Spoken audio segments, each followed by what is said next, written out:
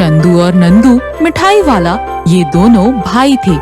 दोनों के मिठाई के दुकान आजू बाजू ही थे, पर चंदू का दुकान बड़ा था तो नंदू का दुकान छोटा सा ही था। दोनों भाई होकर भी उनके स्वभाव एक दूसरे से काफी अलग थे। चंदू बहुत ही कंजूस और लोभी था तो नंदू बहुत ही दयावान था। एक दिन चंदू की दुकान में एक बूढ़ी औरत आई जो असल में एक चुड़ैल थी। जब वो आई तब चंदू की दुकान में बहुत भीड़ थी। बेटे सुनो। रुको जरा, लाइन में लग जाओ, पहले से इधर बहुत भीड़ है, तुम क्या बीच में ही घुस रही हो? मुझे बेटा पैरों के दर्द की वजह से इतने देर तक खड़े होना नहीं जमेगा। सुनो काकी, तुम्हें इधर खड़ा रहना हो तो रहो, नहीं तो जाओ यहाँ से, मुझे परेशान मत करो। पर मेरे घर में मेरी नातिन मेरा इंतजार कर रही है, मुझे थोड़ा सा मलाई पेड़ा दे दो।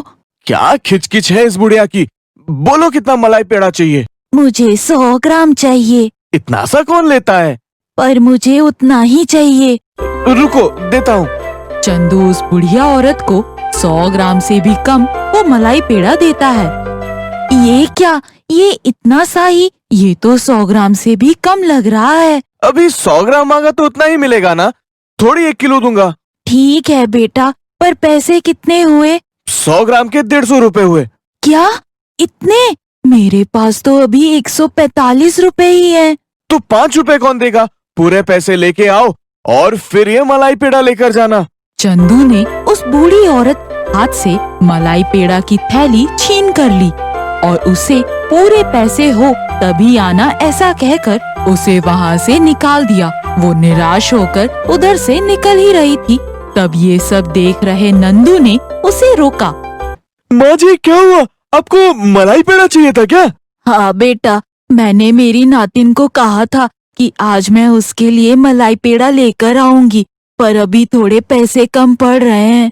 कोई बात नहीं माँ जी, आप मेरे दुकान से लेकर जाइए, मैं अभी आपके लिए बांध के देता हूँ। नंदू उस बूढ़ी औरत को अपनी दुकान से मलाई पेड़ा और साथ ही बर्फी भी बांध कर देता है। ये लीजिए, अभी आपकी नातिन खुश हो जाएगी। पर ये तो बहुत ज्यादा है और ये बर्फी लेने के लिए मेरे पास तो पैसे ही नहीं है।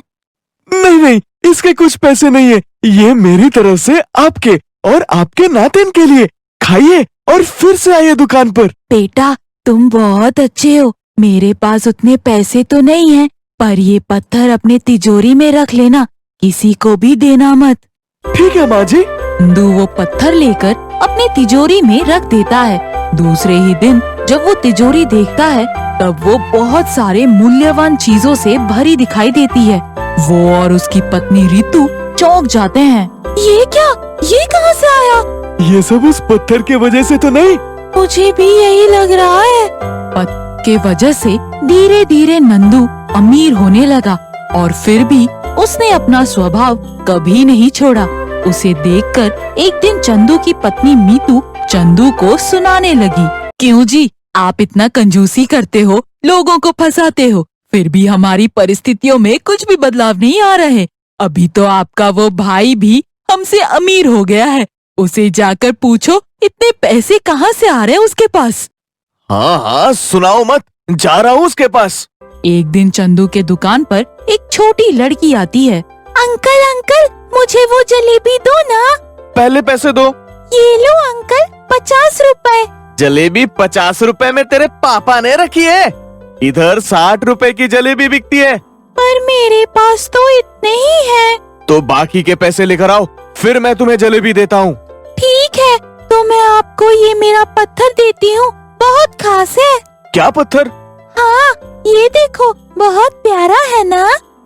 हाँ हाँ बहुत सुंदर है। पर आप मुझे जलेबी नहीं दे रहे। नहीं नहीं, देता हूँ जलेबी।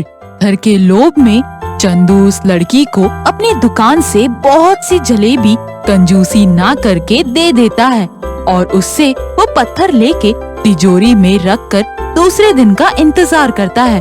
दूसरे दिन जब वो और उसकी पत्नी तिजोरी खोलते हैं तब तिजोरी में सिर्फ एक पत्थर ही रहता है।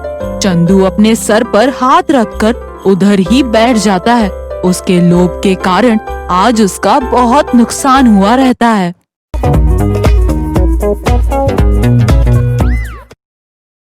खूनी खेल।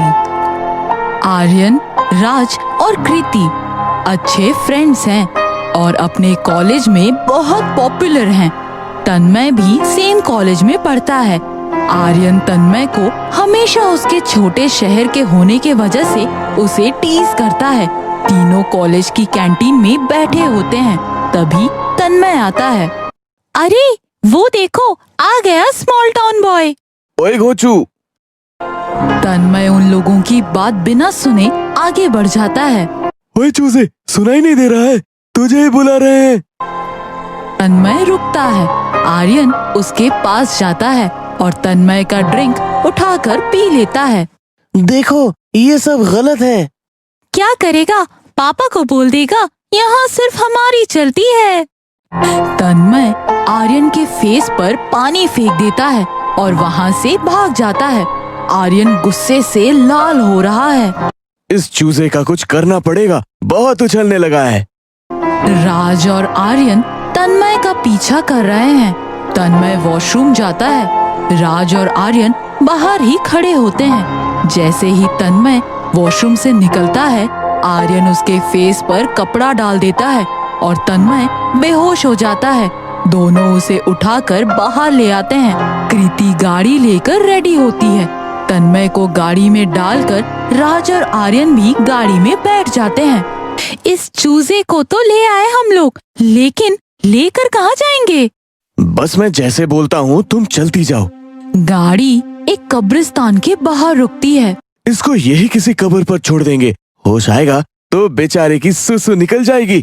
तब समझ में आएगा कि आर्यन से पंगा लेने का क्या नतीजा है। नो तन्मय को लेकर कब्रिस्तान में जाते हैं और एक कब्र के ऊपर उसे लिटा देते हैं। चलो गाइस, तीनों वापस आने लगते हैं और उन्हें बाहर निकलने का रास्ता ही नहीं मिल रहा होता है। हम लोग यहीं से स्ट्रेट आए थे, लेकिन गेट कहाँ गया? कितनी देर से बाहर निकलने की कोशिश कर रहे हैं, लेकिन वापस एक ही जगह पर पहुंच जा रहे हैं। पीछे से कुत्तों की रोने की आवाज, झिंगुर बोलने की आवाज आ रही है। एक चमगादड़ का झुंड सामने से आता हुआ उनके फेस के पास से होकर गुजरता है। मैंने सुना है कब्रिस्तान में बहुत शैतानी चुड़ैलें होती है जो अपनी माया जाल से लोगों को भ्रमित कर सकती है। कुछ भी बोल रही है, हम लोग बस खो गए हैं। यही कहीं गेट होगा, मिल जाएगा। तभी एक भयानक दिखने वाली चुड़ैल हवा में उड़ते हुए आती है। ये देख तीनों भागते हैं। तीनों एक दूसरे से बिछड़ जाते हैं। कृति भाग रही होती है। उसका पैर किसी चीज में फंस जाता है और वो गिर जाती है। जहाँ वो गिरती है वहाँ एक पूरा कंकाल होता है। वो चिल्लाकर उठती है और भागती है। तीनों भागकर तन्मय के पास पहुंच जाते हैं।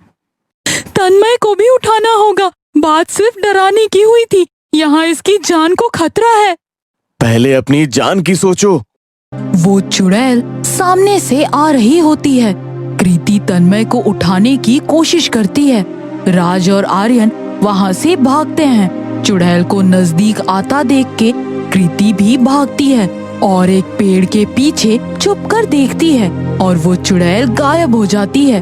तन्मय उठता है, उसकी पूरी बॉडी वाइट पड़ जाती है, लिप्स फट जाते हैं। कृति ये सब देखते रहती है। तन्मय चलकर उसी की तरफ आ रहा होता है।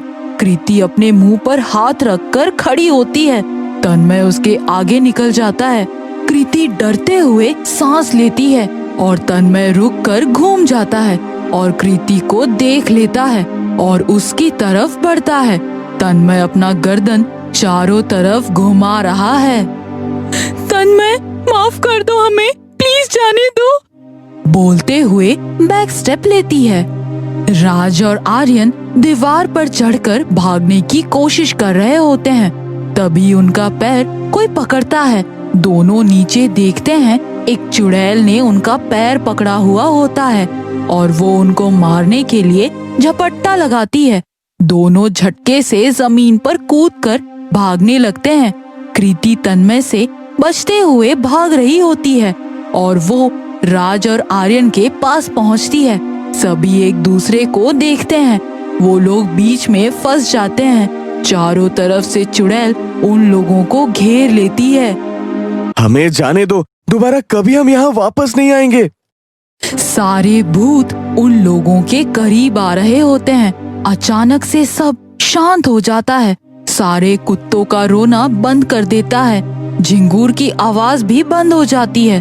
वो चुड़ैल भी पीछे हटने लगते हैं। तन्मय वहीं बेहोश होकर गिर जाता है। सामने से एक आदमी आता है। उसके हाथ में एक स्टिक है जिसमें बहुत से धागे बंधे होते हैं। क्या कर रहे हो तुम लोग यहाँ? पता है ये जगह कितनी खतरनाक है? यहाँ जो आता है वो यहीं का होकर रह जाता है।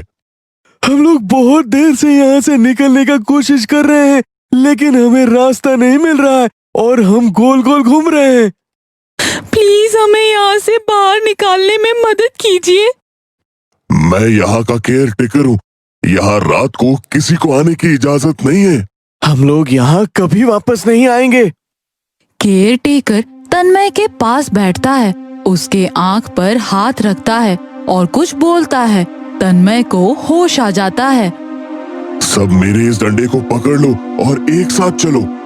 केयर टेकर के डंडे को पकड़कर सब चलते हैं और कब्रिस्तान से बाहर निकल जाते हैं। सब गाड़ी में बैठते हैं और आगे बढ़ते हैं। आर्यन गाड़ी के मिरर में देखता है जो केयर टेकर कब्रिस्तान के गेट के पास खड़ा था वो देखते देखते गायब हो जाता है।